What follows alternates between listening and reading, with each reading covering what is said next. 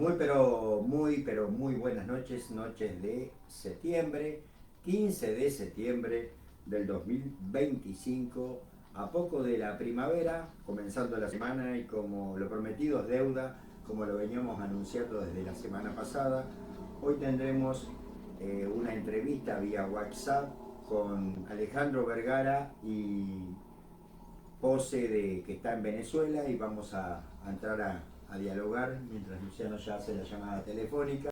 Así que agradecerles a todos los que están y se están uniendo a este streaming de lunes, como dije, 15. ¿Te pongo la cámara para vos? Sí, mi amor, lo la pone para mí. 15 de septiembre. Así que estamos ya intentando comunicarnos para establecer la conexión y bueno, para hablar de todo un poco, de las realidades, de tanto de Uruguay como de Venezuela, que es importante.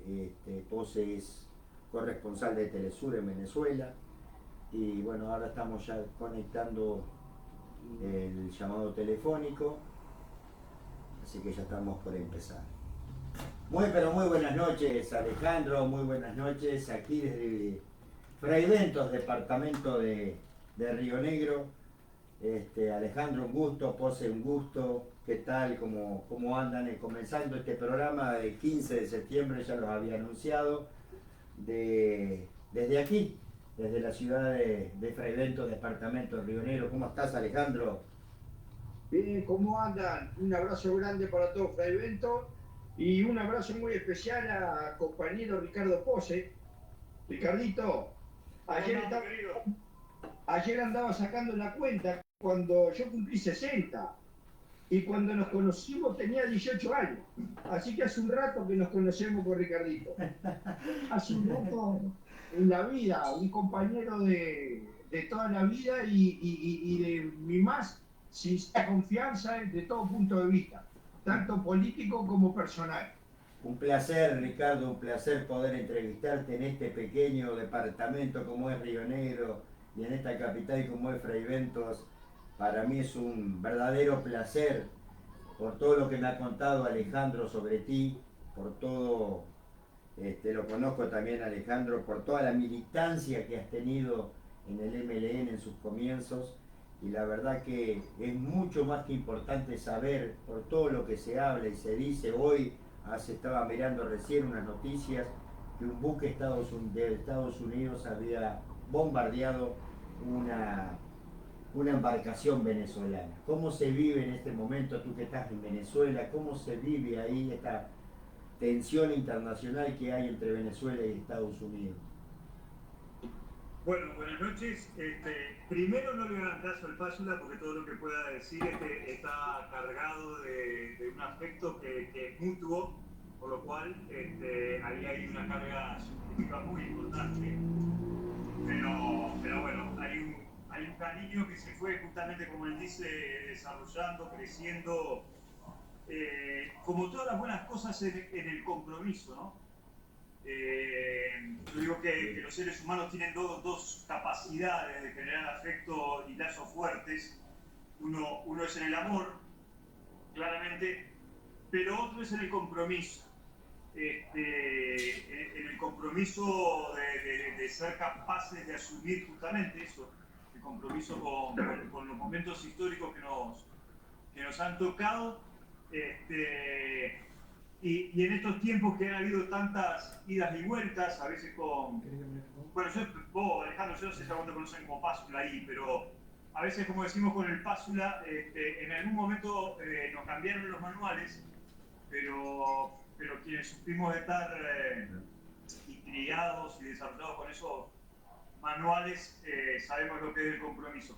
Miren, lo primero que me parece que es importante, compañeros, tener claro es que la primer gran agresión, el primer gran conflicto bélico que se viene desarrollando contra Venezuela, que no es de ahora, que podríamos decir que prácticamente viene desde el surgimiento del comandante Hugo Chávez de la revolución bolivariana, es primero que nada una agresión, pero aparte una campaña bélica que tiene que ver con el campo de las comunicaciones. De hecho, yo siempre rescato y además sugiero ver, así como en el caso de, por ejemplo, de Chile, siempre recomiendo ver la serie documental que se organizó sobre el golpe de Estado contra Salvador Allende, que hace poquitos días fue el aniversario. En el caso de Venezuela, yo siempre recomiendo ver La Revolución no será transmitida, que es el documental justamente que registra el golpe de Estado contra el comandante Hugo Chávez en 2002. Pero más allá del hecho histórico, este concepto de cómo las grandes cadenas multinacionales de comunicaciones o pueden llevar adelante, por ejemplo, como en ese caso, un golpe de Estado de una revolución que no fue transmitida porque se decidió cortar la información, o en estos tiempos que corren, en estos tiempos modernos, la tergiversación de la información. De hecho, por eso que tú preguntabas ahora al final sobre esta información que empezó a circular hoy, sí, sobre que Estados Unidos había bombardeado una nueva lancha. En realidad, por lo menos desde el punto de vista oficial, en Venezuela siempre se habla de el supuesto ataque a una lancha de pescadores. Y esto tiene dos lecturas.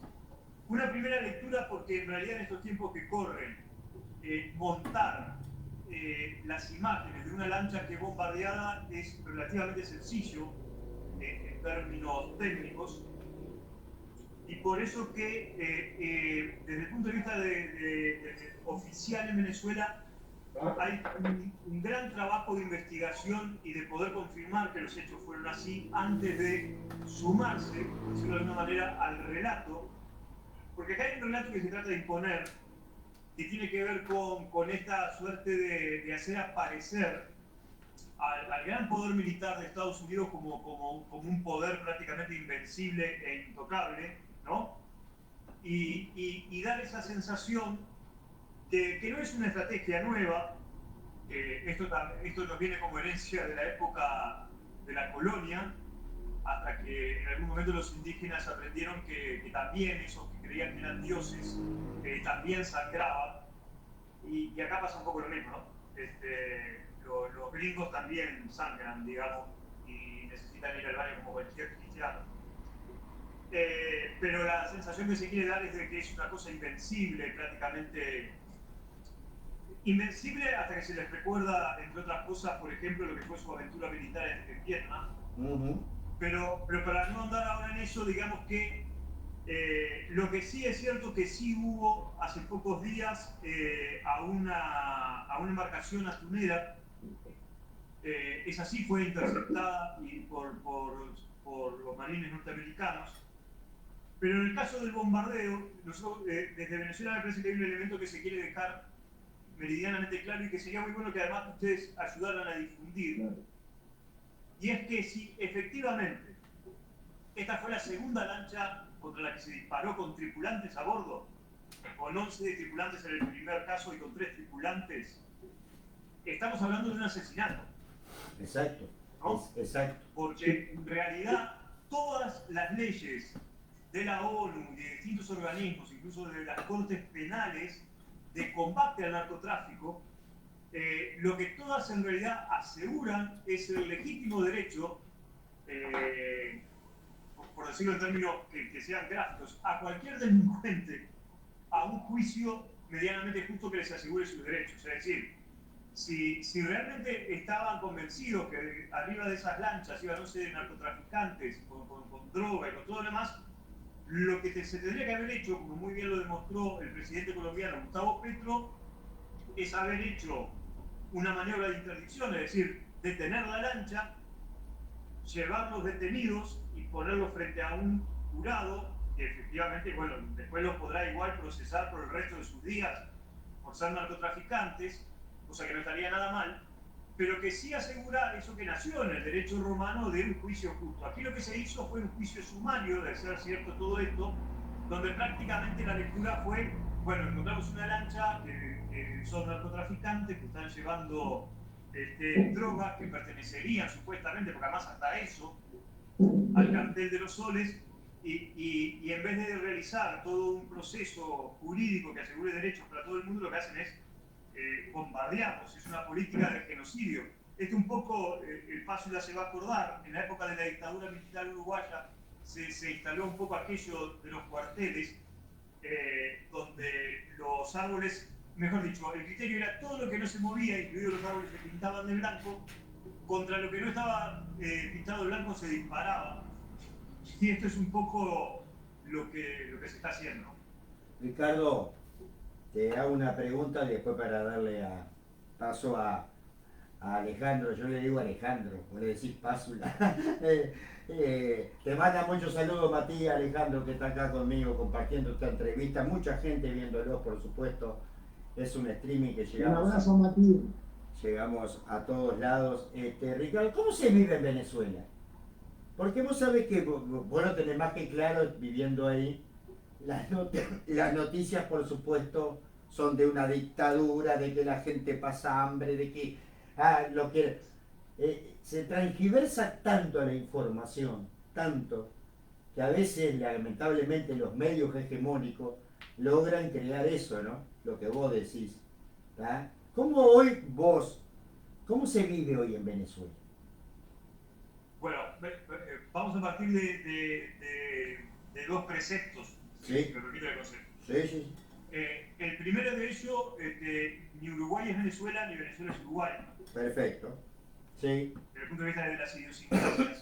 Sí.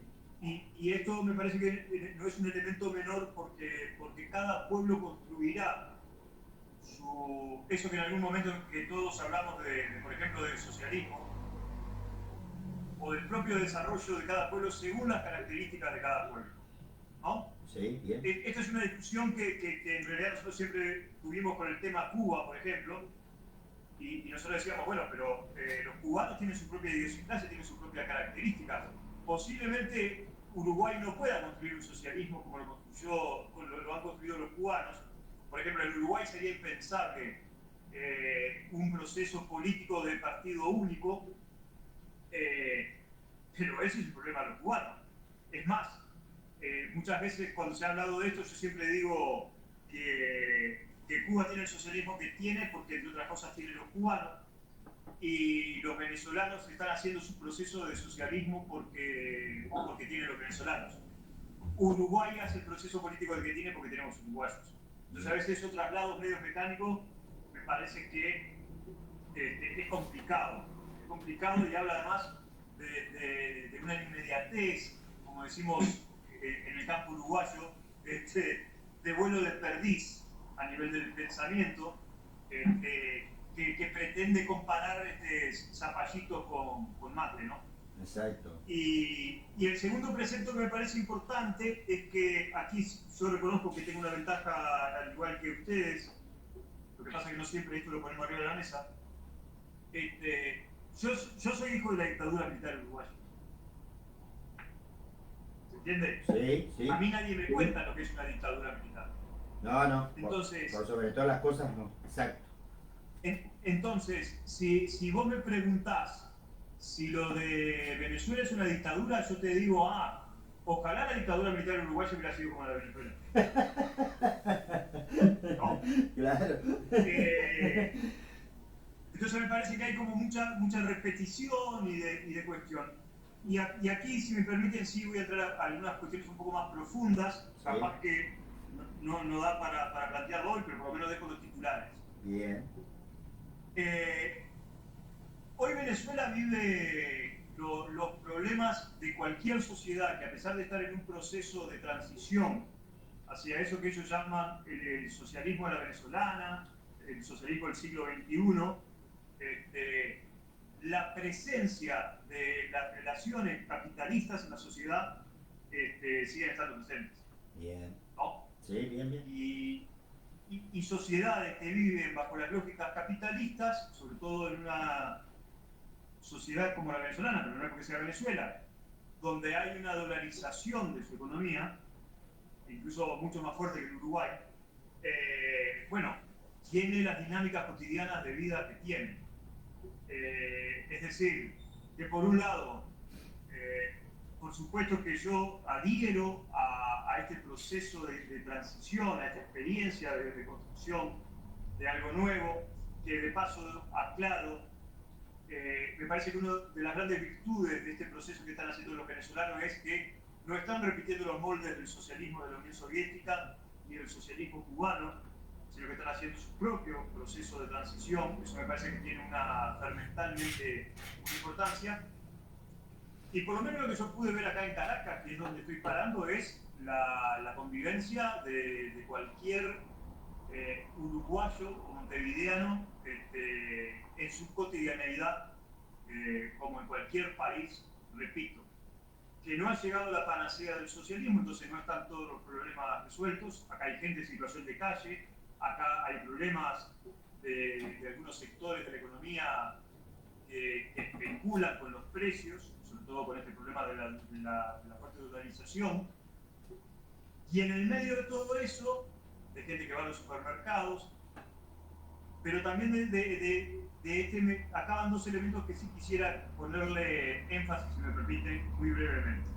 Sí. El primero, Venezuela vive la realidad de una nación agredida, ¿no? Sí. Yo la otra vez medio decía en un acto de un grupo de izquierda, en realidad hablar de democracia, de lo que es democracia y dictadura, cuando el imperialismo no te da pelota, es un bollo, ¿no? Pero cuando venís de un proceso de 20 años que sufrís constantemente agresiones, y acá sí en Venezuela se viene como, entre comillas, recuperando. De hecho, yo les sugiero leer los últimos informes de la CEPAL, que no se puede decir que sea una organización de izquierda. En Latinoamérica, el Producto Bruto Interno de Venezuela es de los pocos países en América Latina que va a crecer, pero que sin embargo sigue arrastrando las consecuencias de lo que es un bloqueo económico y de todas las acciones económicas que se han impuesto contra Venezuela. Y después, si quieren, vamos al tema más álgido, que es si es una democracia autoritaria, por no decir una dictadura. Bien. Y aquí yo creo que hay que poner encima del debate algo que la izquierda ha dejado de debatir. Perdonen, yo sospecho que tu público es un poco más amplio. Sí. Creo que hay un problema de agenda que está en algunos sectores, que eso está en el sector de la izquierda, y es el legítimo derecho de los gobiernos, sean del signo que sean, en tanto entienden que defienden determinados intereses del sector de la sociedad que lo votó, a defenderse. Y yo voy a decir algo que sé que es bien polémico, y tal vez no lo hubiera dicho, pero como vos ya de alguna manera en la presentación quemaste la línea, como decíamos en las viejas épocas, yo lo condeno al gobierno de Jorge Pacheco Areco por haberse defendido de los Tupamaros. Creo que el balance es que, bueno, el gran problema de los Tupamaros, la gran autocrítica de los Tupamaros es haber sido derrotados. Pero le cedo al gobierno de Jorge Pacheco Areco haber puesto los instrumentos coercitivos del Estado para defenderse. Por supuesto, después lo que pasó con los sectores que no habían optado por la lucha armada en Uruguay, eso sí fue un desastre, ¿no? Y ahí ya empieza el terrorismo de Estado, los desaparecidos, los torturados. En el caso de Venezuela pongo el ejemplo exactamente al revés. ¿Por qué un gobierno que fue electo en las urnas desde la primera vez que fue electo presidente, Hugo Chávez, no tendría de defenderse de los ataques de la ultraderecha, de las movilizaciones de las ultraderechas en la calle? ¿Dónde está el autoritario? Yo creo que en la izquierda ha sido, y eso sí creo que es un triunfo de la dictadura militar uruguaya, una suerte de no poner el cuerpo al servicio de las ideas, ¿no? Eso que era tan común en la generación de los 70, de los 80, y que se ha ido trasladando con el criterio de decir, bueno, no podemos volver a padecer más estas cuestiones de terror, que es cierto que se sufrieron, y vayamos a un debate político donde el cuerpo no sea lo fundamental, pero que también en algunos sectores se han puesto medio como carmelitas descalzas, ¿no? Donde cualquier hecho de violencia es un acto autoritario. Yo no estoy haciendo con esto, ojo, una apología de la violencia. No. Lo que digo es que si, por ejemplo, como ha pasado aquí en Caracas, un buen día aparece en una avenida principal, Recuerdo para los detractores del proceso venezolano que el decreto para impedir, mediante el uso de la fuerza policial, que no se corte la transitabilidad en Uruguay es del gobierno de Tabaré Vázquez, ¿no?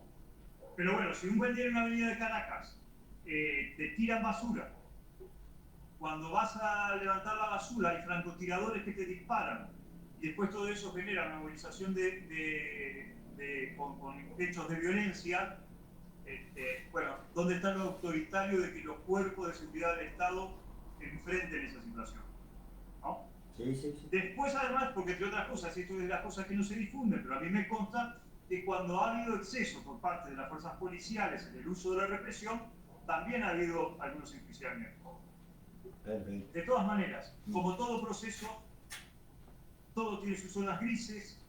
Esto no es para ponerse en una postura talibán y fanática de decir qué hermoso todo lo que está haciendo este proceso, ¿no? O justificar todo lo que pasa en este proceso, pero por supuesto, menos que menos, sumarse a esa tribuna.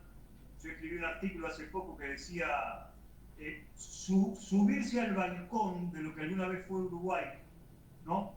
Que era como ese balcón que miraba a América Latina con una genialidad, como si nosotros en realidad fuéramos la Suiza de América o la Tacita del Plata, y un poco tuviéramos que ver con este continente que desde tiempos inmemoriales en realidad está convulso y se mueve en el medio de todas estas contradicciones, con un elemento nada menor que la presencia justamente del poder económico, hegemónico y militar de potencia imperial de Estados Unidos. Perdonen la... No, por favor. Alejandro. Bueno, lo que quieras. Te voy a hacer una pregunta, porque acá en los medios de comunicación dijeron que cuando el presidente de Venezuela llamó a las fuerzas populares, se juntaron 4,5 millones de personas, en las cuales fueron directamente a unirse a ese ejército popular. Te digo una cosa, si yo tuviera 10 años menos y no estuviera jodido de la columna, por supuesto que ya me tenías ahí, ¿no? Eso ya... Sí, no, claro. Estaba ahí sin ningún tipo de miramiento, ya te hubiera mandado una carta y decía, dejame entrar a Venezuela, ya, lo primero. Vos me conocés bien, de que esas cosas a mí me salen del alma, ¿viste? ¿Eso es cierto? O sea, ¿la gente está con ese nivel de conciencia? Porque estamos hablando de un ejército de 4,5 millones de personas más un ejército regular. O sea, desde el punto de vista militar, no es poca cosa eso. No es algo para pasarlo por arriba.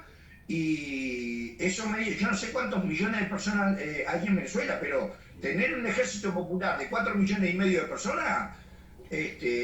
yo no sé si algún país del mundo lo pueda tener, porque verdaderamente eso me habla de que todo este proceso revolucionario de Venezuela está haciendo carne en la gente y eso es importantísimo.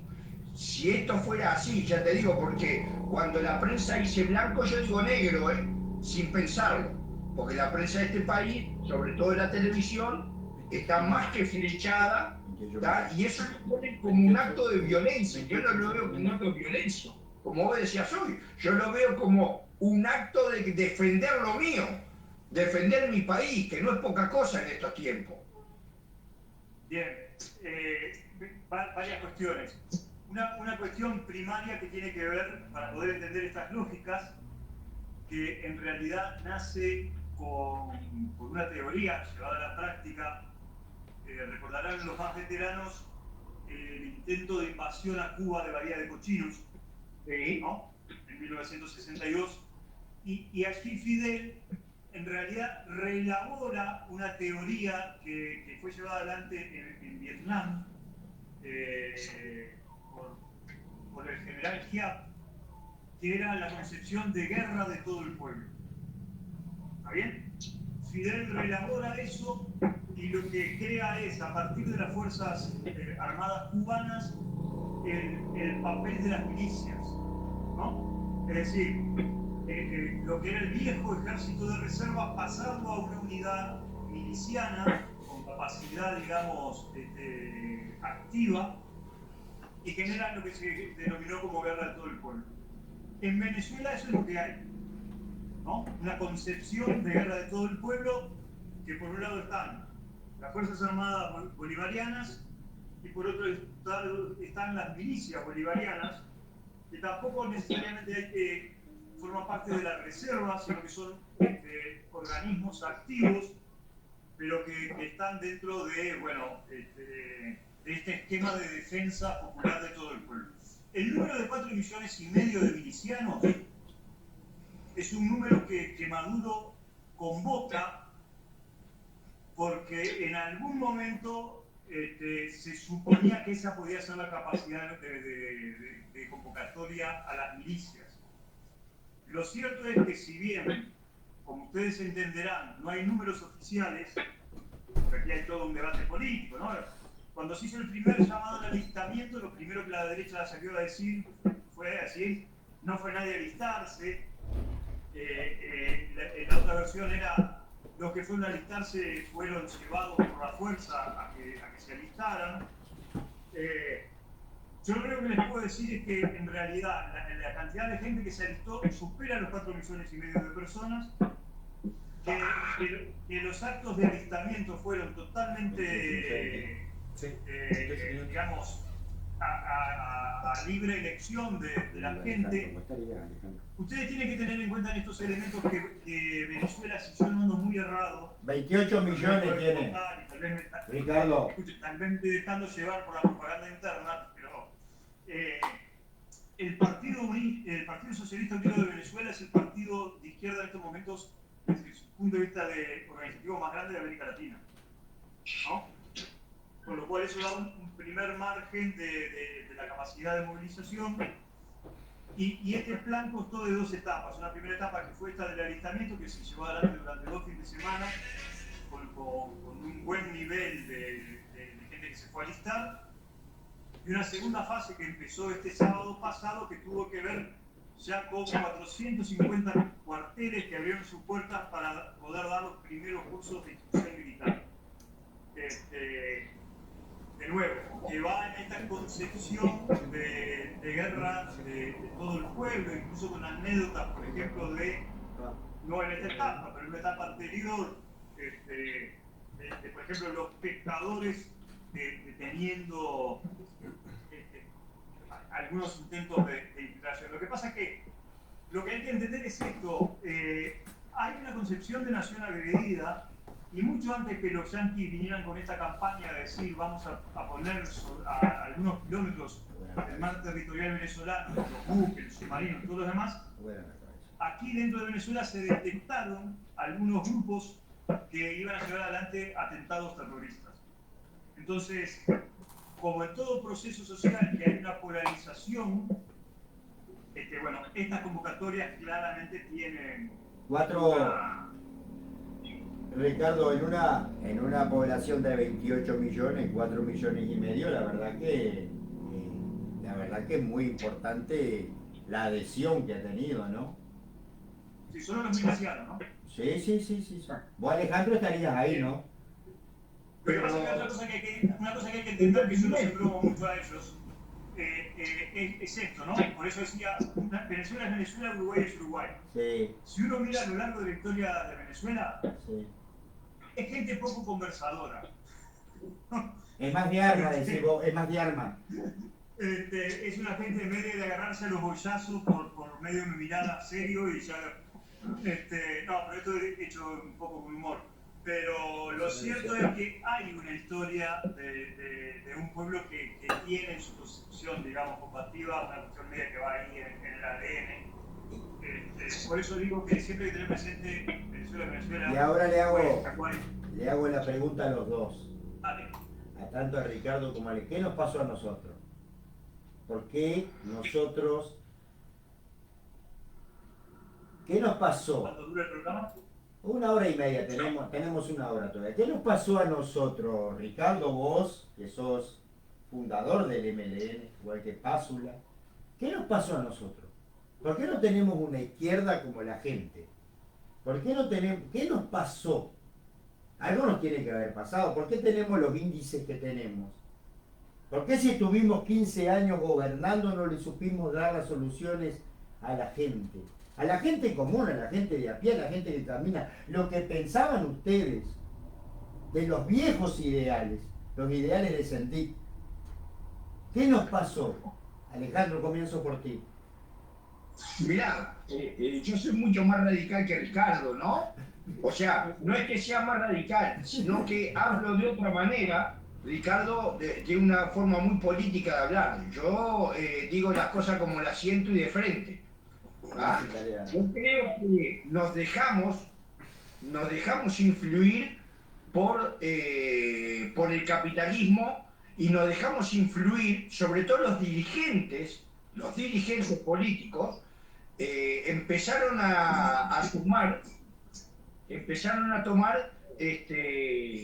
cuestiones que el capitalismo le metía, como por ejemplo decir que todo lo que nosotros nos basábamos dentro de lo que es la izquierda, ¿verdad? Todos los manuales que teníamos, eso ya era viejo y no tenía ningún sentido.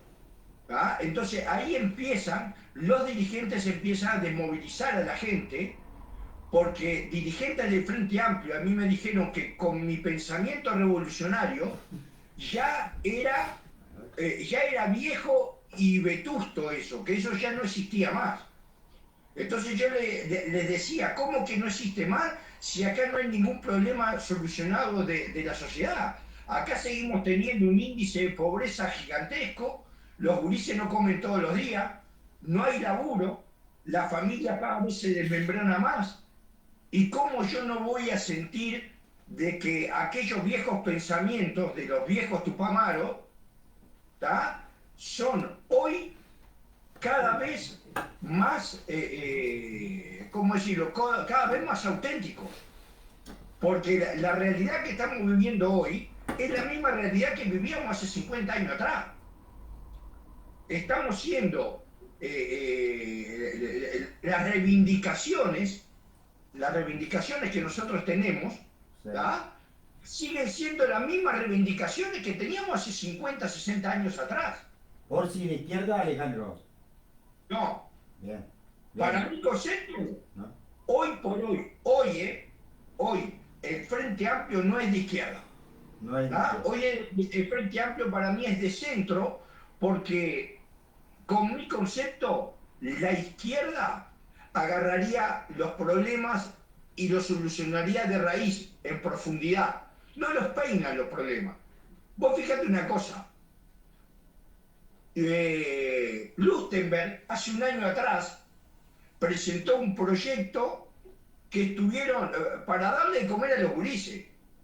11 meses estuvieron discutiendo el proyecto y salieron contentos porque lo votaron por unanimidad. 11 meses los gurises siguen sin comer, porque hasta el día de hoy el Poder Ejecutivo no lo legalizó. Entonces ese proyecto, ¿tá?, quedó en un cajón, porque ahora viene el famoso diálogo social, que desde mi punto de vista y como está puesto el diálogo social, es un diálogo de militantes. Porque a mí no me preguntaron, a mí no me quieren preguntar, ¿eh? Yo cuando me he cruzado con dirigentes políticos les he dicho, bueno, ¿y mi lugar dónde está? Y ahí estoy, a ver, Ale, y ahí estoy y le hago la pregunta a los dos, a vos y a Ricardo. Ricardo, ustedes son Tupamaro. Sí. Ustedes saben bien la doctrina, ¿no? Los ideales de los Tupa. Hoy, este Frente Amplio que nos gobierna, ya que yo milité 40 años, Ricardo, no fui Tupamaro, pero milité toda mi vida en la izquierda. Me fui, me enojé, porque no le dimos las soluciones. O sea, si vos me decís, las bases del 71 nunca se cumplieron. Nunca se cumplieron. Ricardo, vos que viviste en la chacra del Pepe, ¿no? Vos me contó Pásula, vos viviste en la casa de Pepe Mujica. ¿Sí? No te rías, Ricardo. No. ¿Vos conocés bien a los... A ver, usted hoy, mirá, 15 de septiembre del 2025, ¿quién queda de esa gente? ¿Quién quedó con esos ideales? De por los más necesitados, por los niños que no comen, por una vivienda digna, por un salario digno. ¿Quién quedó? O se aburguesó todo, hasta el Pacha Sánchez. Hasta el Pacha Sánchez está más gordo. Yo te lo voy a responder y después que Ricardo discrepe conmigo porque si yo tengo un ida y vuelta con Ricardo siempre aprendo mucho de él, ya lo voy diciendo, Sí. porque le pongo mucha oreja. Sí, yo también, lógicamente. Le pongo mucha oreja. Yo creo que somos muchos los militantes de a pie, como yo le llamo, que tenemos esos mismos ideales.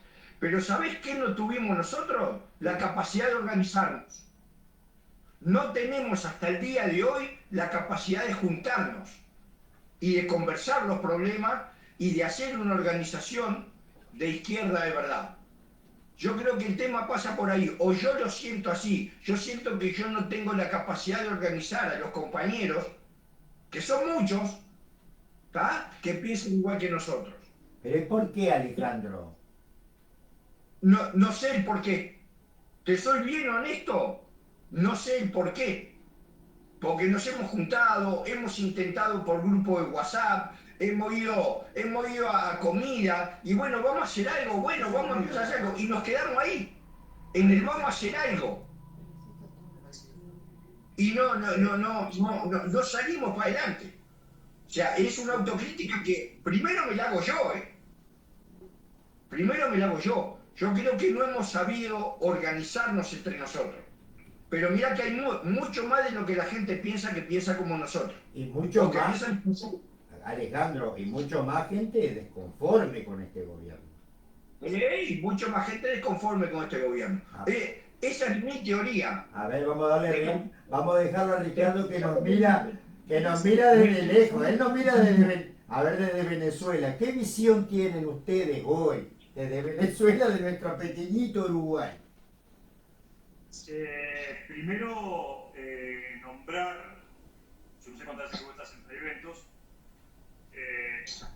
a dos tupamaros de ley, como era el negro Franco y Laura Beni. El negro Franco, viejo obrero del ANCLO, que luego supieron recalar por Montevideo. Yo creo que los tupamaros desde hace un buen tiempo es un gran campamento disperso.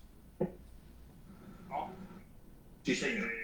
Como dice el Pásula, hay mucho más tupamaro en un campamento disperso que los que posiblemente luego de alguna manera siguieron organizados en el MLN. Un MLN como organización política hay que entenderla, eso es algo que yo siempre reivindico, una organización que es de alguna manera un movimiento político, con las características de un movimiento político y no un partido político, con lo cual dentro de un movimiento se dan todas las visiones que se pueden dar con algunos elementos en común. Yo te diría que en esta etapa de mi vida he vuelto a reflotar lo que alguna vez me hizo entrar al MLN, que fue las viejas concepciones anarquistas, y que hoy a principio creo que nosotros estamos viviendo en este siglo, en estos primeros 20 años de este siglo, lo que vivieron los anarquistas o la lucha que reivindicaron los anarquistas del siglo pasado. Salvo esta pausa, sigo con la pregunta que ustedes hacían. Yo creo que, con el paso todavía estábamos. Yo fui uno de los que voté, fuimos mayoría en 1989, después fuimos derrotados en el 94 hasta el día de hoy. Pero cuando el Movimiento de Liberación Nacional Tupamaros decide crear el Movimiento de Participación Popular, MPP. Nosotros fuimos de los que entendíamos que no tenía que haber tupamaros en las listas a legisladores, militantes del MLN como candidatos a diputados, a senadores e incluso ediles, porque nosotros veníamos de un trabajo de acumulación política en el campo social. Entonces nuestros militantes estaban insertos en el movimiento estudiantil, en el movimiento sindical, fundamentalmente en los barrios, porque nosotros teníamos, creo que tenemos hasta hoy la concepción de que en la disputa por el poder lo que se liberan son territorios. Bueno, en el 89 nos vieron palos de todos lados, de alguna manera, porque una cosa que nosotros también decíamos, creo que ahí pecamos de soberbia, eso sí lo puedo reconocer con el diario del lunes, era decir que la institucionalidad burguesa nos iba a comer. Y nos decían, claro, ustedes son los puros, por eso no tienen... Bueno, tanto nos pegaron que a riesgo de quedar como muy incomprendidos, que yo creo que es un costo político que deberíamos haber pago, a las elecciones del 94 nuestros mejores cuadros, y reitero el concepto, nuestros mejores cuadros políticos, entre ellos el Pepe Mujica, decidimos que dieran ese paso. Y en el caso del Pepe, bueno, fue todo un hallazgo, un descubrimiento y un acierto. El problema es que las sociedades siguieron su curso.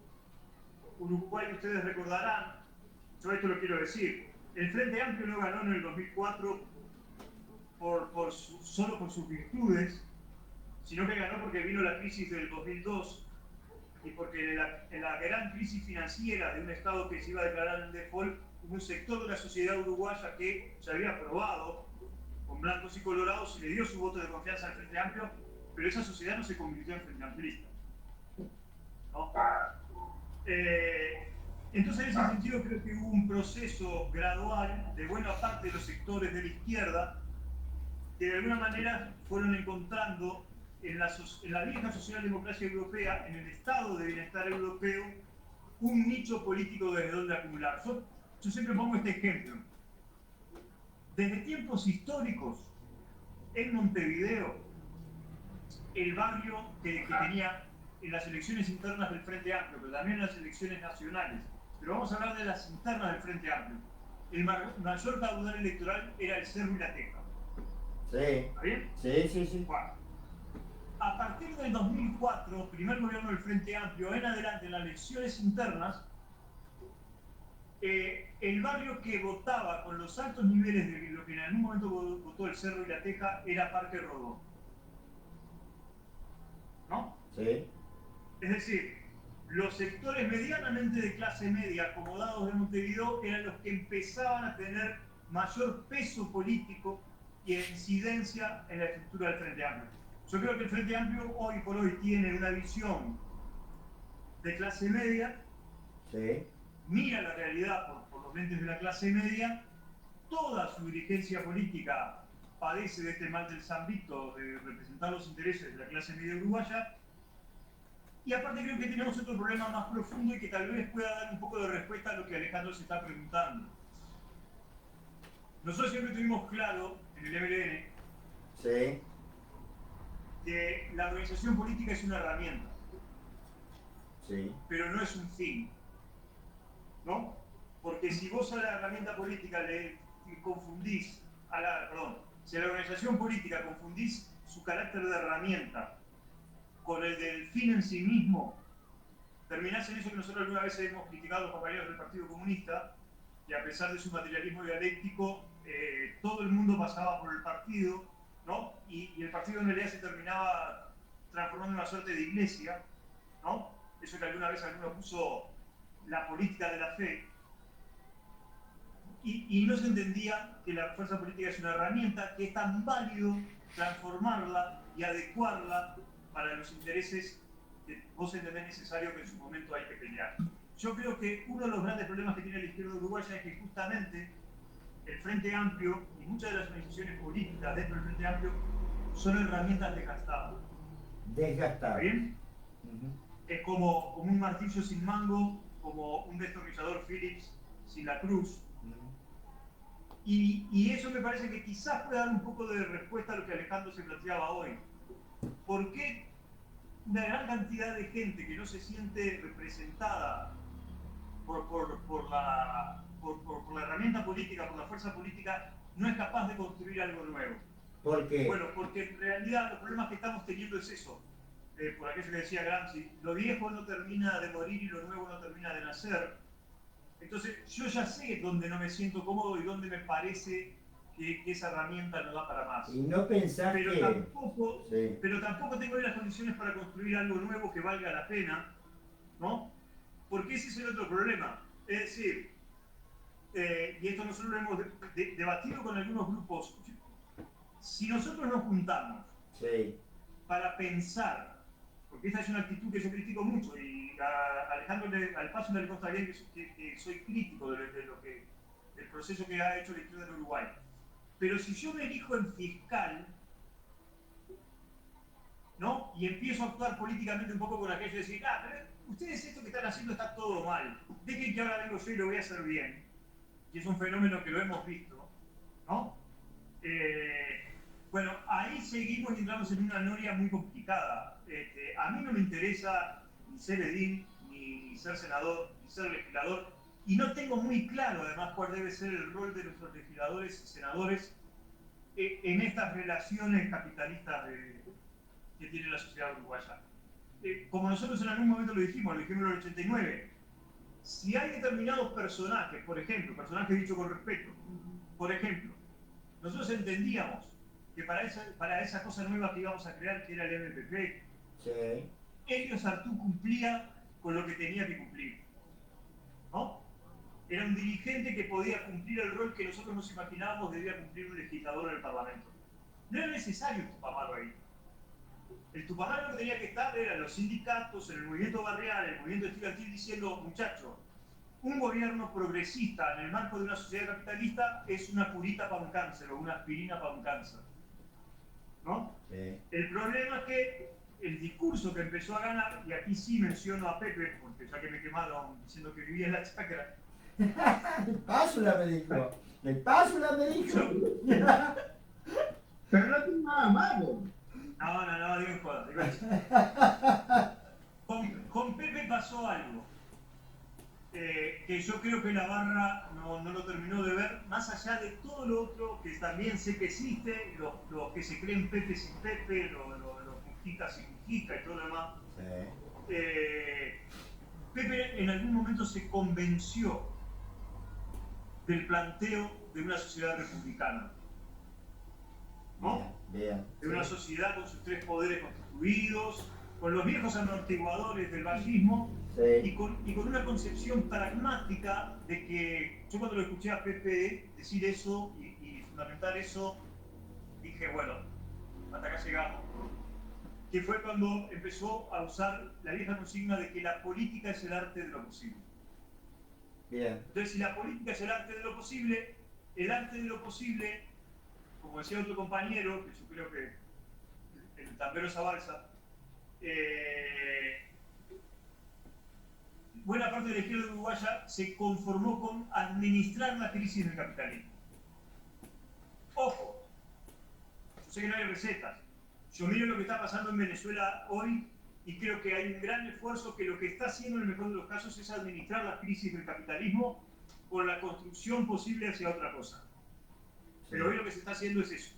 El problema es que cuando vos llegas a la conclusión que tu horizonte, tu techo, es ese, de la política de lo posible, tirar alguna migaja, distribuir un poquito mejor el ingreso y la riqueza, y hasta ahí llegas, bueno, como decía el Pásula, sí, claro, los viejos manuales o los viejos documentos, alguien los cambió y no nos avisó. Pero bueno, me parece que sí, que el gobierno del Frente Amplio hoy es un claro ejemplo de un gobierno socialdemócrata. Yo no sería tan duro como Alejandro decir que es un gobierno de centro. Lo que sí digo que la historia de los últimos tiempos lo que viene demostrando es que los gobiernos en América Latina, por lo menos, que tienen un fuerte sesgo socialdemócrata, son un puente medianamente en 45 grados hacia un nuevo gobierno de derecha. Ojalá me equivoque, pero me parece que es una etapa histórica que hemos ingresado. Yo comparto plenamente con ambos y comparto también la visión de lo que dijiste. Yo para mí de esto se sale con movimientos sociales. Lo que hacían ustedes, los tupas. Me parece que No hay mejor que un maestro para decirte la realidad de una escuela, no hay mejor que un enfermero para decirte la realidad de un hospital, no hay mejor que un vecino para decirte las cosas. Entonces yo creo que ahí fue el gran... La política se despegó de la sociedad. Los políticos, no la política es la mejor herramienta. Los políticos creo que viven otra realidad. ¿Tá? Están fuera de lo que le pasa a la gente común, a la gente de la calle, a la gente de a pie. Entonces yo analizo la política desde mi punto de vista y desde mi perspectiva, que digo que no hay ni gobiernos ni de derecha ni de izquierda. Asumen y siguen manteniéndose en sus cargos por una cuestión de poder. De poder. Ustedes, y ahí te les vuelvo a hacer... A ver, pregunta, Alejandro o Ricardo, ¿por qué se hicieron tupa? Ustedes son tupa de jóvenes.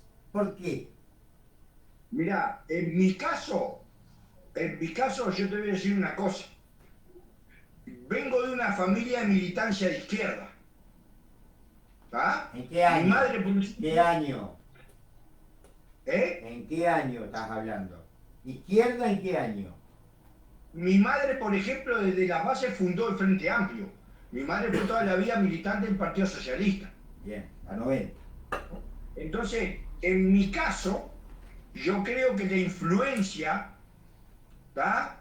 Que recibí, la educación que yo recibí dentro de mi casa, fue siempre de militancia y de pelear por lo que uno piensa. Bien. Cuando yo empiezo a hablar con mi vieja en la dictadura y que nos allanaron la casa y bla, bla, bla, como le ha pasado a 1 millón de personas, ahí yo creo que empieza a entrar en mí una curiosidad desde muy chico, porque yo le preguntaba a mi madre qué eran los tupamaros. ¿Ah? Y mi vieja, la respuesta de mi vieja era: los tupamaros eran los únicos que podrían haber salvado este país. Exacto. ¿Ah? Y Ricardo conoce bien a mi madre, y fue una militante de izquierda del Partido Socialista, pero en aquella época el Partido Socialista tenía 2 fracciones. O sea, la fracción que estaba a favor del MLN y la fracción que estaba en contra. Mi madre estaba en la fracción que estaba a favor del MLN. ¿Ah? Entonces yo creo que, influenciado por esa educación, yo empecé a estudiar y a hablar con mi madre, y bueno, de esa manera, antes de que los viejos salieran de la cana, integrábamos con Ariel de Marco, Ricardito, me llevó a integrar el movimiento 26 de marzo en el Uruguay, que a la postre fue la base, digámosle, de la refundación, digámosle, del MLN, ¿tá? Cuando salen los viejos de la cana. ¿Ah? Y bueno, y después, en el devenir de la cotidianidad y de la militancia, y de estar al lado de compañeros que éramos muy jóvenes todos teníamos te voy a decir, el grupo de nosotros tenía entre 16 y 20 años. ¿Ah? Entonces empezamos a tener una influencia muy fuerte, porque escuchábamos mucho a los viejos que salían de la cana y salían con propuestas que nadie nos había dicho antes. ¿Ah? Teníamos largas reuniones nosotros con el Pepe en la base Pinela, en mi casa, con el Tambero Zabalza, ¿ah? Y ahí empieza las ganas de empezar a militar por el que menos tiene. Bueno, bueno, ahí te corto, Alejandro. Vos venís de 40 y pico con Ricardo, pero 40 y pico años de militancia igual que yo en la izquierda. ¿Por qué se ayornó la izquierda? ¿Por qué se aburguesó esta izquierda?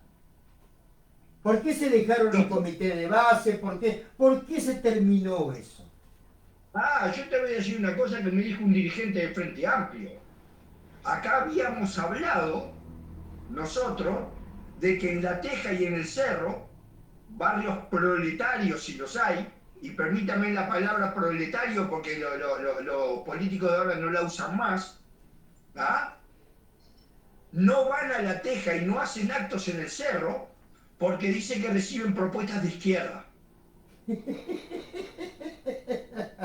Me lo dice un dirigente de Frente Amplio. Porque ¿cuántos años hace que no se hace? El último acto de masa que se hizo en La Teja fue para despedir a Tabaré Vázquez. Pero anteriormente, hacía como 7 años que ya no se hacen actos en La Teja y en el Cerro, donde estaba el núcleo de gente más grande del Frente Amplio. Ahora los actos se hacen en Pocito, en Punta Carreta, entonces en los barrios donde son de clase media para arriba. Dale saludo a Mónica ahí que la escuché, dale saludo a Mónica.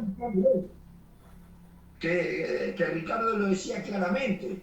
¿Tá? O sea, el votante del Frente Amplio pasó a ser el votante de clase media. Y dejamos de lado a la gente proletaria y trabajadora. Pero no está mal eso lo que dice Ricardo, está bien que sea la clase media que vota. Yo lo que digo es que los políticos se alejaron de esa realidad. Por ahí viene la mano. Se alejaron porque se los comió el capitalismo. Yo te voy a contar una cosa. Ricardito se tiene que acordar.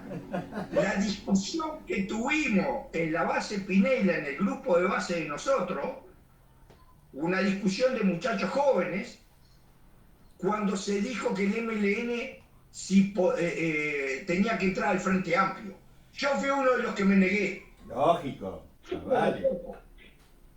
Que me negué. Para mí le teníamos que dar el voto al Frente Amplio, obviamente, sí, pero no teníamos que ser parte de eso porque el capitalismo nos iba a comer crudo.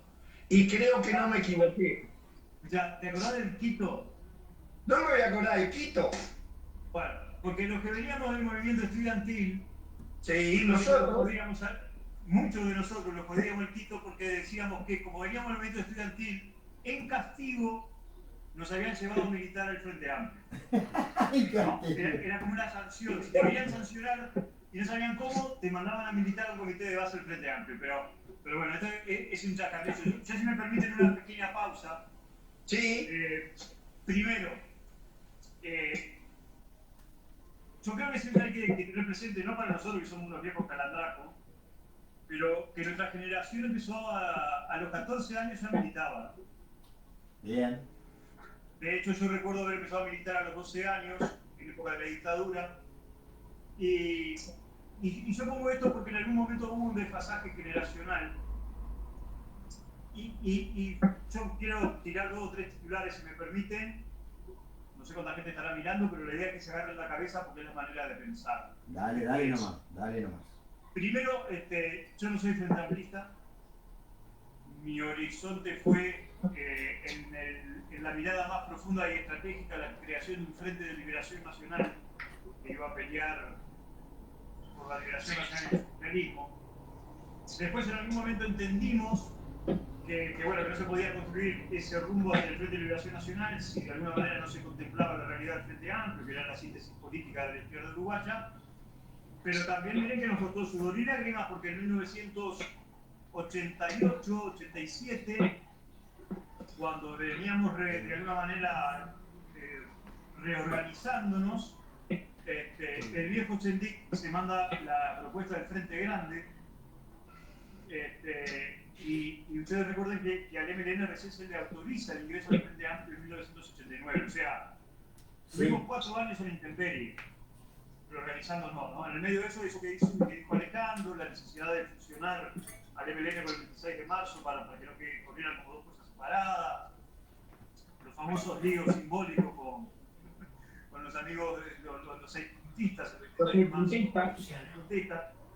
pero bueno, eso es historia. Lo que sí creo, compañeros, que hay un elemento que nosotros no podemos dejar, por lo que vos planteabas recién, que es la visión de clase media del Frente Amplio. Y yo creo que ahí sí tenemos un problema. Y porque tenemos un problema que finalmente termina siendo un problema de visión de clase. Y la única clase que puede radicalizar un programa de cambio justamente no es la clase media. Justamente. Y ahí es donde tenemos el problema. Ahora, esto tampoco es problema de voluntad política. En 1989, en Uruguay pasa una cosa, en Montevideo por lo menos pasa una cosa paradójica. Cuando en 1989 se cae todo el campo socialista del Este, incluida la Unión Soviética, y los cascotes del muro de Berlín se caían sobre los militantes más convencidos del comunismo, la izquierda gana por primera vez en Montevideo. Sí. Pero a la vez que gana la izquierda el gobierno de Montevideo, el Uruguay industrial se cae a pedazos. Sí, también. Yo siempre pongo este ejemplo. Las primeras agrupaciones que el MLN logra conformar del MLP, agrupaciones territoriales, de 20 militantes que tenía la agrupación territorial, 18 éramos trabajadores.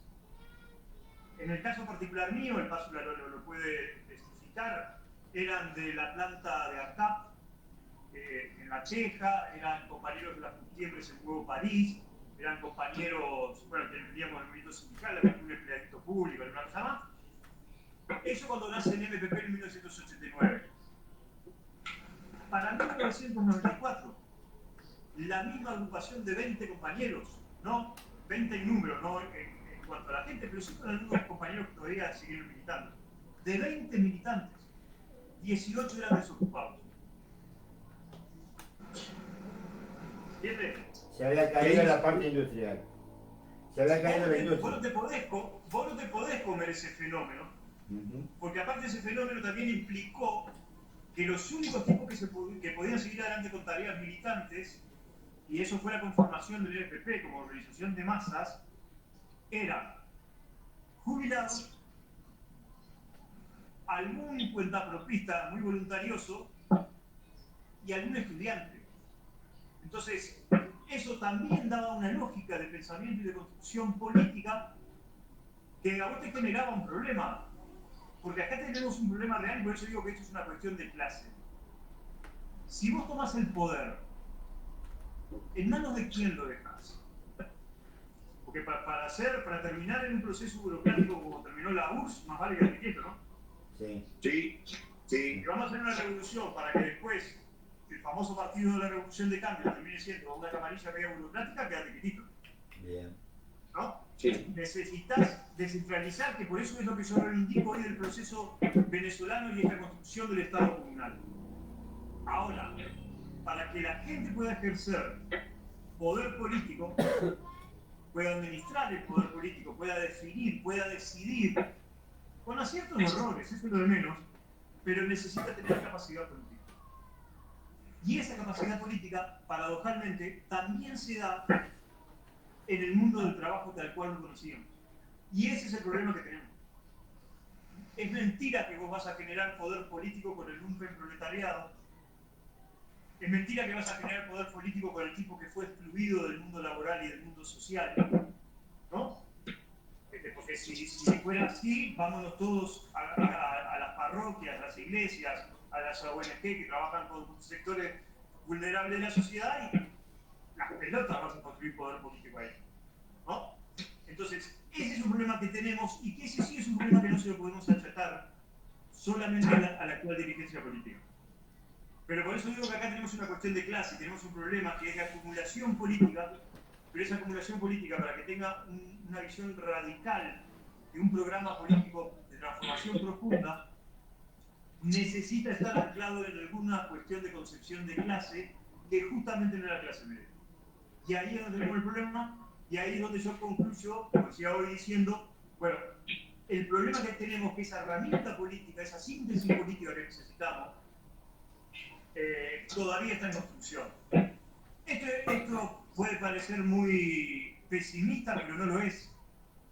No, para nada. Tenemos todo el movimiento popular que llevó adelante el plebiscito contra la reforma de la seguridad social. Tenemos todo el movimiento popular que llevó adelante el plebiscito contra la ley de urgente consideración. El problema es que esos sectores todavía no han logrado hacer una síntesis política.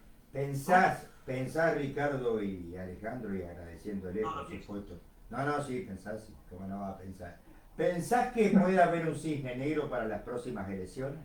Un cisne negro, alguien que venga, que irrumpa, algo diferente, algo como lo que ustedes planearon con el MLN, desde las bases, porque yo para mí, yo soy un convencido con 56 años que tengo, que esto se sale con organizaciones sociales.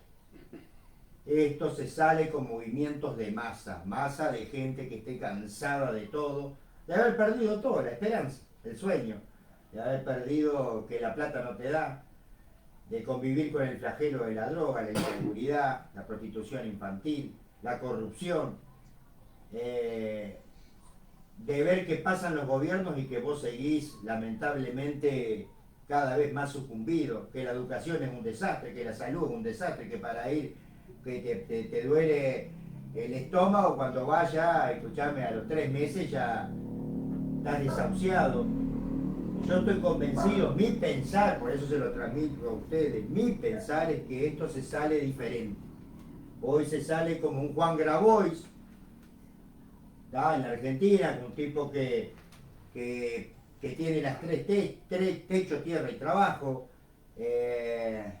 Creo en los movimientos sociales. Para mí los movimientos sociales son lo mejor, con lo que ustedes creaban, de sacarle y dejarle al que más necesitaba una bolsita de comestible, aunque sea, pero ese sabía que tenía el apoyo y tenía para comer. Hoy yo veo que la dirigencia política está más preocupada por otras cosas. Es imposible que el presidente que gana $25.000 sepa lo que pasa a alguien, un monotributista que gana 23. Es imposible, es imposible. Yo creo que la dirigencia política no sabe ni lo que cuesta un litro de leche ni un kilo de pan. Nos hablan de un país productivo cuando nosotros no tenemos, no sabemos ni a dónde vamos. No tenemos rumbo, el Uruguay no tiene rumbo. Somos un país que exportamos todo, exportamos materia prima, importamos productos manufacturados, no hay trabajo genuino, todos son planes contra planes y parches contra parches. Tuvimos 15 años, no le supimos dar las soluciones a la gente, después vino el gobierno de la coalición, seguimos en lo mismo, asumió, y todo es una sumatoria de cosas y cosas y cosas. ¿Pasa en el resto del mundo esto? Sí, quizás que sí, pasa también. Pero yo creo que es hora de despertarnos también como sociedad. Es hora de decir, bueno, hasta aquí llegamos. Porque si no, no hay futuro. No hay futuro. Y yo no veo que surjan.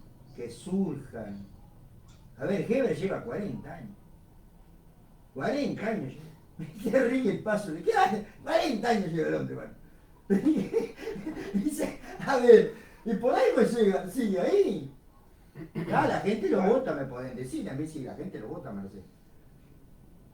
Pero mirá, yo creo, es cierto, yo también estoy convencido de que con los movimientos sociales esto puede cambiar. Pero el problema es que, como te decía anteriormente, no tenemos la capacidad, o yo no tengo la capacidad de saber cómo hablarle a la gente para convencer a la gente de que nos juntemos en un movimiento social. Pero pará, Alejandro, pará. Pará que le quiero decir también ahí a Ricardo. Yo lo que digo es, de los movimientos sociales, no para llegar a ser presidente, ni diputado, ni senador, ni edil, ni nada. Para exigir. No, pero porque capaz que Ricardo piensa que crear organizaciones sociales, no, para exigir, para que el político diga, la mierda, esta gente se movió y metieron 100.000 personas aquí, vinieron caminando desde Artigas, hicieron una pueblada y llegaron a Montevideo 100.000 personas, para exigir. Yo estoy completamente de acuerdo contigo. El asunto es que vos hablás con la gente hoy, vos hablás con aquella persona, por ejemplo, acá se culturalizó, porque ya es una cultura, y la gente se la banca. Hay 500.000, más de 500.000 uruguayos que ganan 20.000 pesos, 22.000 pesos. Exacto. Y la gente se conforma. No sé si... Acá nos estamos jubilando, y en mi caso, que estoy en trámite jubilatorio, me voy a jubilar con menos del 50% de lo que yo ganaba. Y eso vos se lo explicás a la gente, y la gente como que ya, y bueno, es así. Jubilate como tú. Alejandro, jubilate como tu mamá, ¿no? Voy a tener que empezar a agarrar la M16 y algo por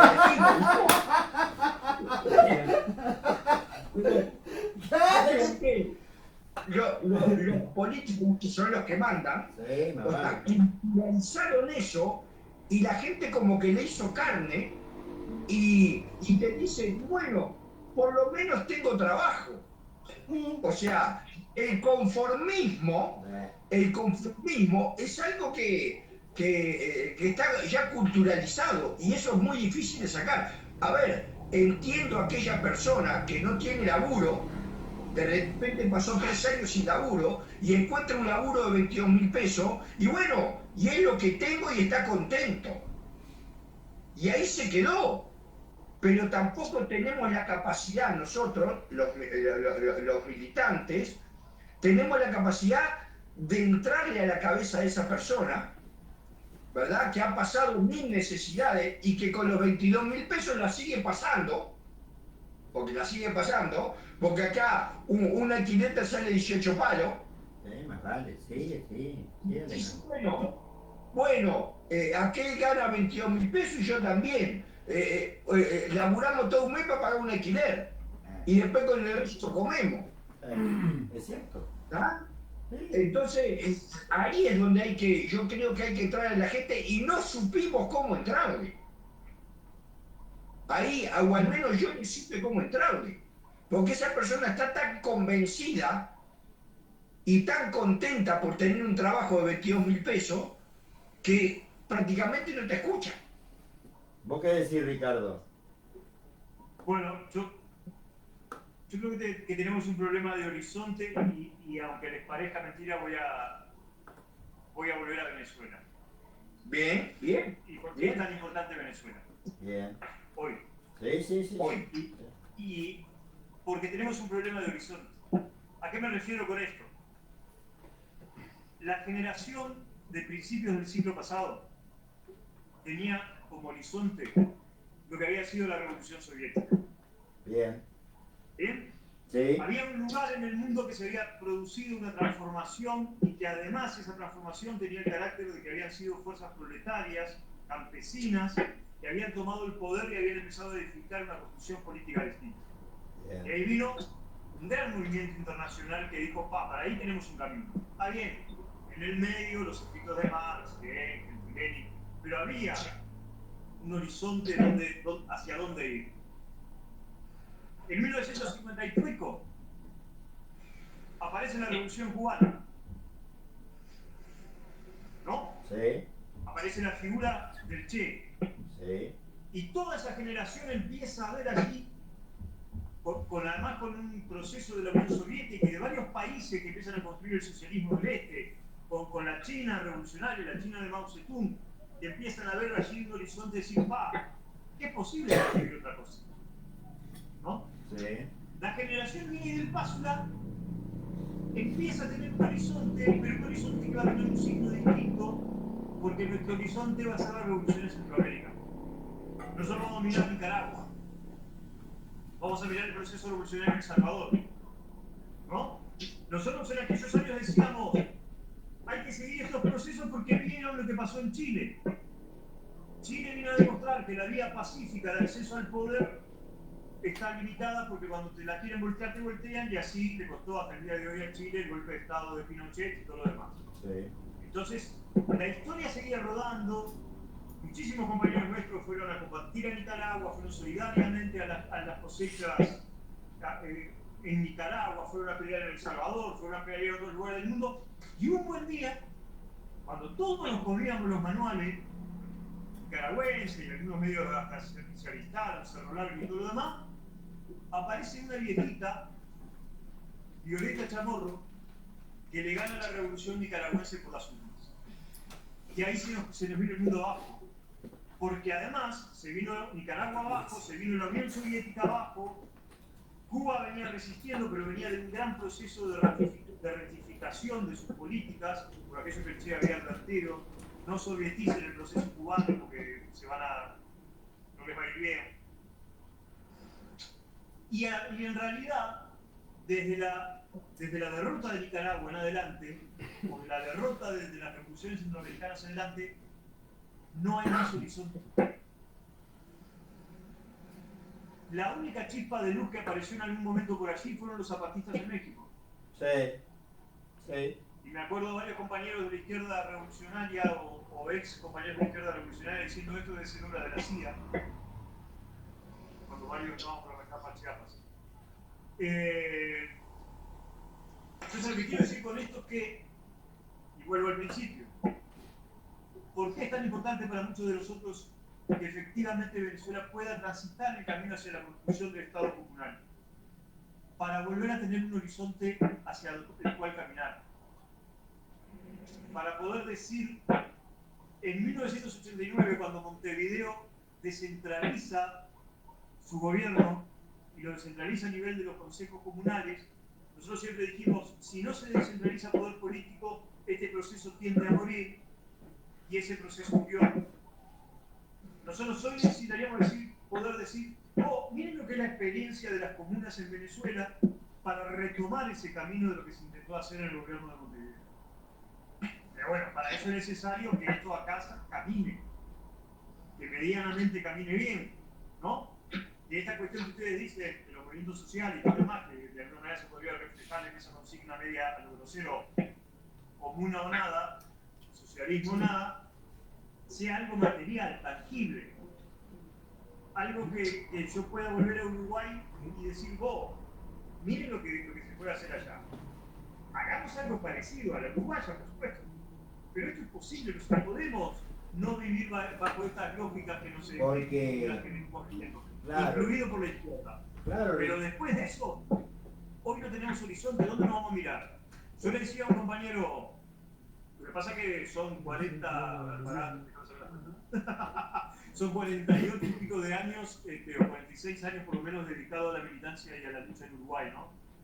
Entonces uno también tiene que ser un poco agradecido a la vida. Pero yo hace un buen tiempo que entendí por qué el Che no se quedó a pelear en Argentina.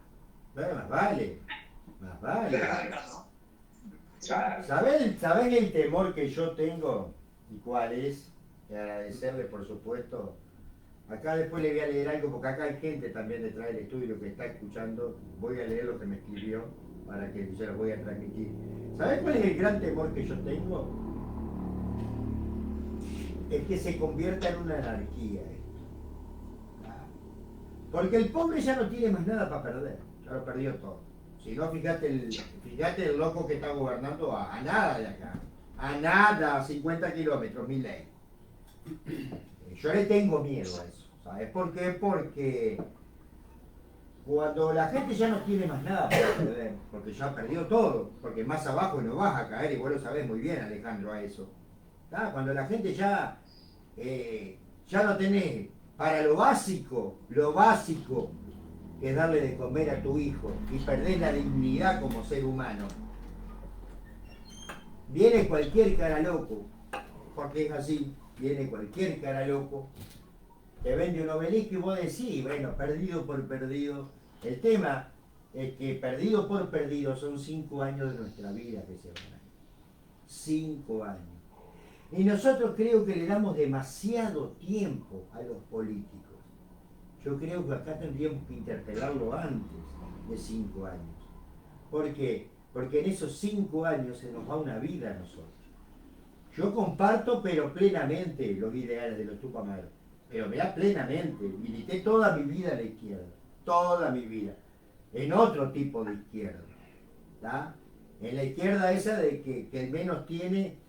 Tenga por lo menos, a ver, porque viste que te dicen Ricardo y Alejandro, dice, sí, pero tenés una pobreza digna. ¿Qué es pobreza digna? Sos pobre, ¿qué es digno? ¿Qué es el pobre digno? Porque viste que ahora te dicen, sí, pero la pobreza tuya es que una vieja cague en un balde y no cague en una bolsa. Pero vos imagínate que nos hablan de inteligencia artificial y yo a 40 kilómetros, 40, y el Alejandro lo sabe, tengo una señora de insulina dependiente que caga en una bolsa. Entonces vos me decís, Marcel, estamos locos. ¿Por qué miran este programa? ¿Por qué lo miran? Y porque la gente se hartó de los políticos. está harta de promesas de campañas incumplidas, está harta de manuales de escritorio que después cuando se llevan a la realidad contrastan, porque si un niño no come, Ricardo o Alejandro, es imposible que genere materia gris. Por eso me gusta escucharlos a ustedes, porque ustedes vienen con los ideales que yo quiero, porque tengo 2 hijos. ¿Tá? Yo sé que la próxima revolución no es armada y es ideológica, yo lo sé, ¿tá? Porque si no, un día de esto nos vamos a armar todo. ¿Tá? Yo sé que la próxima... No, en serio, Alejandro te mete cada bomba. Y a veces pienso que sí. No, yo creo todavía, y quiero creer, porque tengo una hija de 9 años y un hijo de 15, que no quiero que se vayan de mi país. Yo quiero mi país, yo soy uruguayo, amo mi país. Pero yo veo que la dirigencia política lo único que le importa es llegar. No importa cómo, así tengamos que vender, mirá, el alma al diablo. Porque después que te sentaste allá en Montevideo, porque vos imaginate algo, Ricardo, y vos lo sabés muy bien, Alejandro, porque lo hemos discutido y hablado siempre. En Montevideo le dicen Fray Bento, che. Vos lo conocés, Ricardo, porque me nombraste 2 tupas de acá. La dirigencia política ni saben dónde estamos nosotros. Ni siquiera Fray Bento. ¿Qué? Ellos gobiernan para la élite. ¿Dónde está la élite? Montevideo y Canelones. ¿Por qué? Porque tienen 2 millones de habitantes. Y después quedamos 1 millón en 17 departamentos. Dando vueltas, ¿no? Dando vueltas. Cagado de hambre. Porque la realidad, 40% de pobres en 3 millones de habitantes es 1.200.000 pobres. Venezuela, vos me decís, yo te escucho y me encanta escucharte. Sí, pero fue un país que estuvo bloqueado. Bloqueado. Le hicieron la vida imposible a Venezuela. ¿O estoy equivocado? Mirá cómo estamos nosotros, no estamos bloqueados con nadie, nosotros nos cagamos de hambre igual. Entonces yo no sé cuál es la diferencia. Me dicen, sí, Cuba, que estos cubanos, pero estaban bloqueados. Y nosotros estamos igual. Porque me dicen, sí, pero acá tenemos libertad, sí tengo libertad para cagarme de hambre. Tengo libertad para ir a un hospital y esperar 6 horas que me atiendan. ¿Cuál es la libertad? Pero sos libre. ¿Y cuál es la diferencia? Capaz que yo me enojo y capaz que pienso mal y capaz que... Por eso me gusta hablarlo con ustedes, porque ustedes estuvieron en esa revolución. Integraron el movimiento de liberación. Conocieron los fundadores del movimiento de liberación. Fueron gestores de esa. ¿Está? Porque si no me decís, porque yo los miro ahora y son todos aburguesados, traje, corbata, vos los mirás así, si al Pacha le llega a reventar un botón, te saca un ojo. Vos lo mirás, tipo, pero yo digo, y esta es la gente que, escuchame una cosa, esta es la gente que pelea por los pobres. 36 millones de dólares en la estancia. Como dijo Alejandro, la Lustenberg presentó 2 millones de dólares, era para los niños que no... Y todavía está encajonado. Pero en serio. En serio. Mirá lo que son las grandes contradicciones, ¿no? Ese proyecto de Lutenberg, y Ricardo se va a reír con lo que yo voy a decir, ese proyecto de Lutenberg, con 2 millones de dólares mensuales, se salía adelante. Sí. Le dábamos de comer a todos los gurises. ¿Está? No hay plata, dijeron, para eso porque el Ministerio de Finanzas, el Ministerio de Economía dijo que no había plata. Pero sí le pagamos 40 millones de dólares por los votos de los partidos políticos. Sí. 40 palos verdes se llevaron. No podemos sacar de ahí para dar de comer a los grises. 2 palitos. Y no me entran una cosa, porque ya me lo han dicho varios amigos políticos que tengo. Lo que pasa es que una cosa es una cosa y otra cosa es otra cosa. No, hermano, todo sale del bolsillo del pueblo. Toda la guita sale del bolsillo del pueblo. No sé qué me dijiste.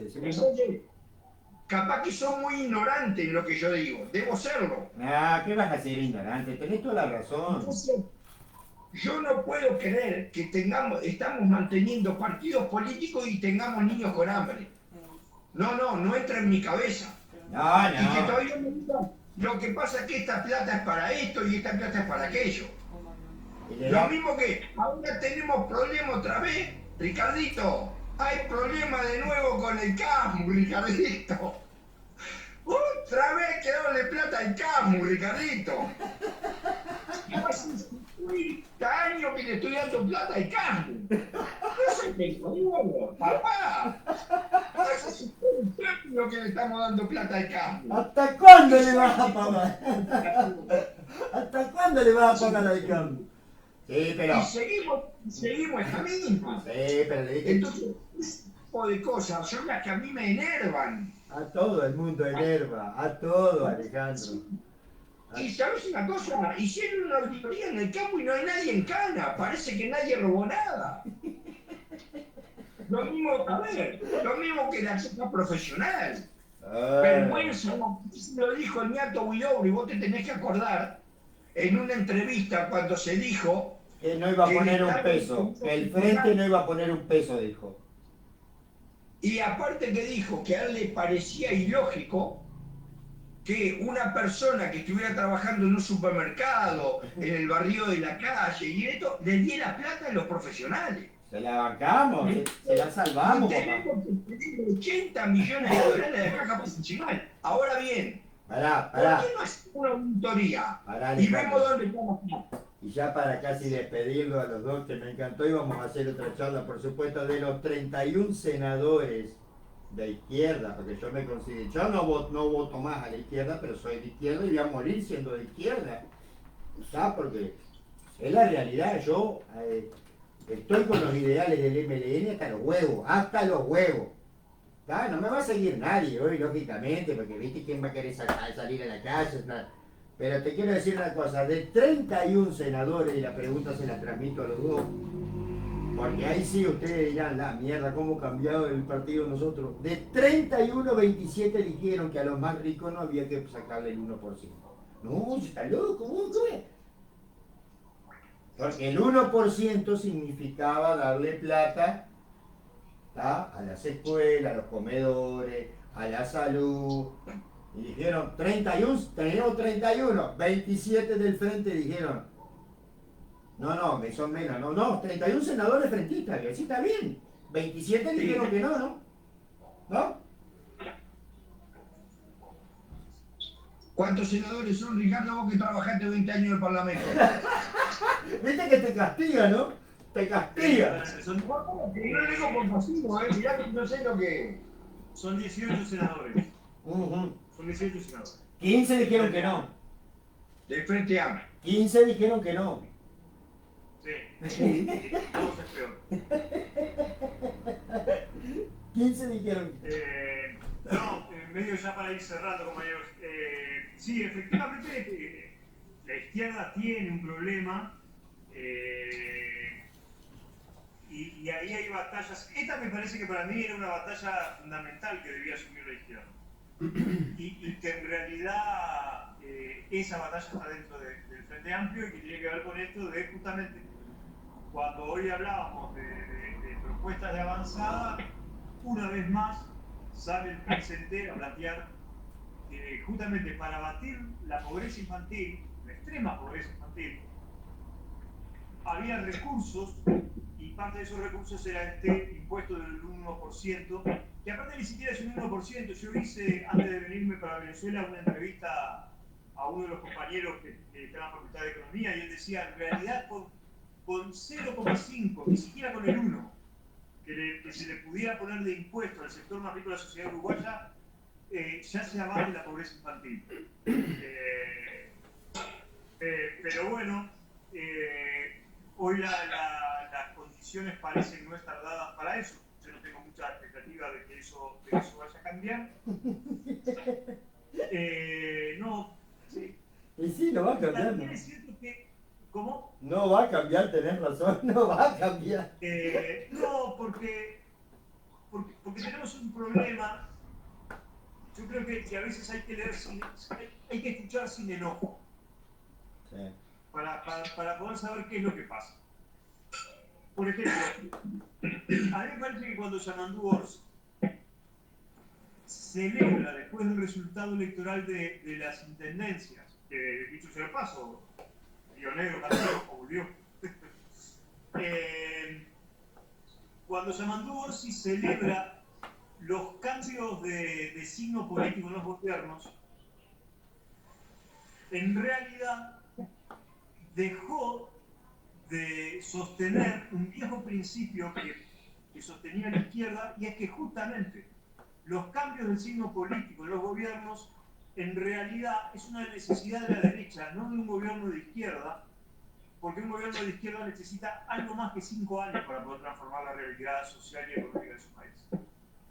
Entonces, este juego que aparece muy democrático de que un día gobiernan ustedes y un día gobernamos nosotros, yo te lo podría justificar dentro de la izquierda. Un día gobernó Tabaré, otro día gobernó Pepe y así vamos.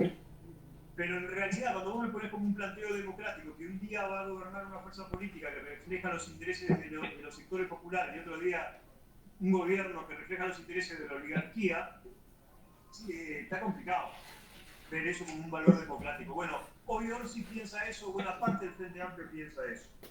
El otro tema es que de alguna manera cuando Yamandú dice no vamos a poner, nosotros prometimos que no íbamos a poner impuestos, ¿no? De alguna manera como tratando de cobrarle políticamente a la calle Pou, que durante su campaña electoral dijo que iba a poner impuestos y después terminó poniendo impuestos. Pero cuando te estamos diciendo, no te estamos pidiendo que pongas impuestos, lo que te estamos pidiendo es que le pongas un impuesto al 1% más rico del Uruguay. Es un impuesto que no tiene nada que ver ni con el impuesto al IVA, ni con el impuesto al consumo, es un impuesto totalmente distinto. Y que además te estamos diciendo, yo lo haría, ¿no? Yo quiero aclarar que yo lo haría, yo soy un monje tibetano, yo sí le quiero poner un impuesto a los ricos por ser ricos, pero no importa. Lo que te estoy diciendo es que cuando quiero poner un 1% a los ricos para abatir la pobreza infantil, la extrema pobreza infantil, le estoy dando un sentido a ese impuesto, ¿no? Entonces cuando vos me salís a decir no, porque en realidad nosotros prometimos que no íbamos a poner más impuestos, bueno, estamos hablando de cosas distintas. Entonces, bueno, para terminar esta suerte de intervención, que a veces tiene más de terapia de grupo que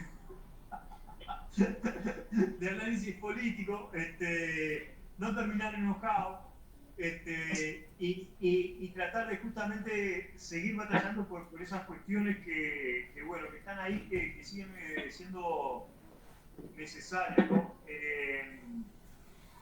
Yo no soy muy optimista con respecto al escenario que ustedes se imaginan que puede llegar a ver. Yo creo que estamos en una etapa, por lo menos del Uruguay, que tiene algunos problemas estructurales serios. Uno de ellos es que mientras sigamos dependiendo de la primarización de nuestra producción y de nuestra economía, ahí no hay mucha expectativa de nada.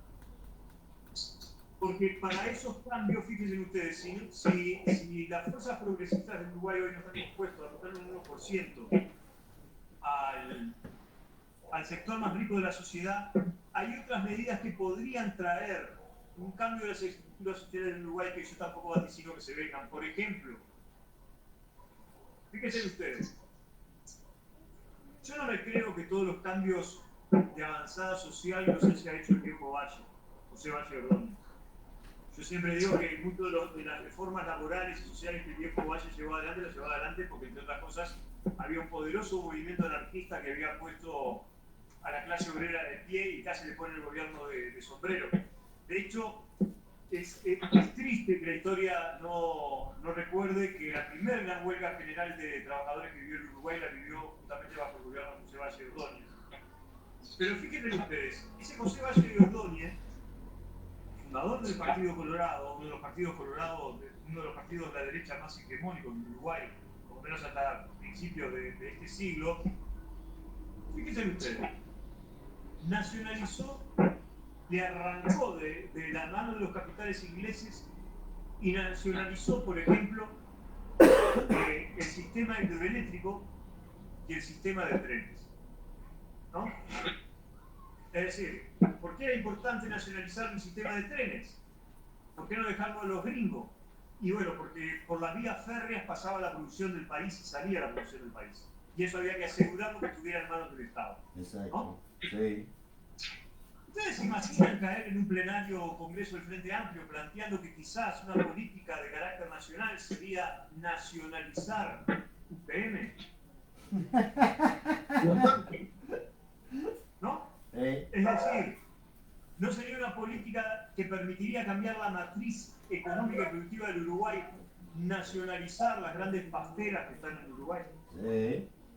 Entonces, esos son los problemas que tenemos, pero el problema es que esos no son los temas que estamos debatiendo, porque en los debates se nos van otras cuestiones más cotidianas, y porque además tampoco Uruguay escapa de ser un mundo donde la política es un mundo de imagen, y donde en realidad a veces nuestros gobernantes están más preocupados por ver cuántos likes tienen en las redes que en la acumulación política y social de la gente.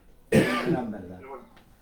Ricardo, Alejandro, un placer, un gusto. Déjame, déjame pasar un aviso a Ricardo. Ricardo, que siempre es un placer hablar contigo y conversar y nos mostrás una visión, en este caso de Venezuela, que hay que replicarlo y hay que hablar con la gente y decirle cuál es la verdad de la milanesa en primera instancia. Y en segunda instancia, te tengo que mandar un saludo especial, porque si no mi vieja me va a matar. Pero Me dijo, dale un abrazo y un beso grande a Ricardo, que lo quiero mucho. Y bueno, si no te digo esto, mi vieja con 87 años me cachetea, ¿viste? Un beso grande a Alicia y el cariño de siempre de Alicia cuando nos abría la puerta del cotorro, que ella ni se imaginaba lo que iba a hacer eso después, esta manga de desaforado. escúchame. Bueno, que así se construyó fuerza política. Y antes de despedirte, escuchame una cosa, el piso del Pepe no tenía baldosa, ¿no? No. No, pare un poquito, pare. Vamos a ser justos. Dale. Con todas las volteretas que después puede haber llegado a dar en su pensamiento político, yo sí reivindico el estoicismo de Pepe. No, pero yo sí lo reivindico. No, te lo estoy diciendo, Ricardo, porque dice el paso. La verdad que Ricardo vivió en la chacra del Pepe y tenía piso de tierra, decía. Piso de tierra, agua de un aljibe, y nos costó sangre, sudor y lágrima convencerlo de que en algún momento pusieran teléfono, pero no. El estoicismo de Pepe es puro y duro. Si hay algo que no ha cambiado jamás en el pensamiento de Pepe, es haber sido ese paisano pequeño productor que en realidad tenía una forma de vivir más apegada a las inclemencias de la naturaleza que digamos que al confort burgués al que podía haber accedido fácilmente. Muchísimas gracias, Ricardo, muchísimas gracias, Alejandro. Vamos a seguir en contacto, por supuesto. Fue un placer. A toda la audiencia que estuvo atentamente mirando, gracias a todos los mensajes que hemos tenido. Nos diste una realidad clara y concisa de lo que es Venezuela, una visión desde tu punto de vista de nuestro país. Alejandro, yo sé que es crítico siempre, cada vez que nos entrevistamos y cada vez que hablamos. Y la verdad que todos deseamos lo mejor, ¿no es cierto? Todos queremos vivir tranquilos, en paz y tener una vida llena de esperanza y con dignidad y trabajo, que es lo único que pedimos, ¿no es cierto? Así que muchísimas gracias. Ricardo, para mí fue un placer, un verdadero placer. A Alejandro ya lo conozco, yo sé que Alejandro es de arma a tomar, ¿viste? Quiere estar andando yo, Alejandro ya es más crítico, ¿viste? Así que bueno, nos despedimos hasta mañana. Agradecerte, Ricardo, Alejandro, por estar luchando la llamada, vos sabés, yo no lo sé, así que... Un abrazo. ¿Cortaste leche? Bueno, a despedirme del programa, así hemos pasado una entrevista vaya cerrando corazón, una entrevista con Ricardo Pose, militante y fundador del MLN, militante y fundador del MPP, y con Alejandro Vergara, militante del MLN. Así que será hasta mañana.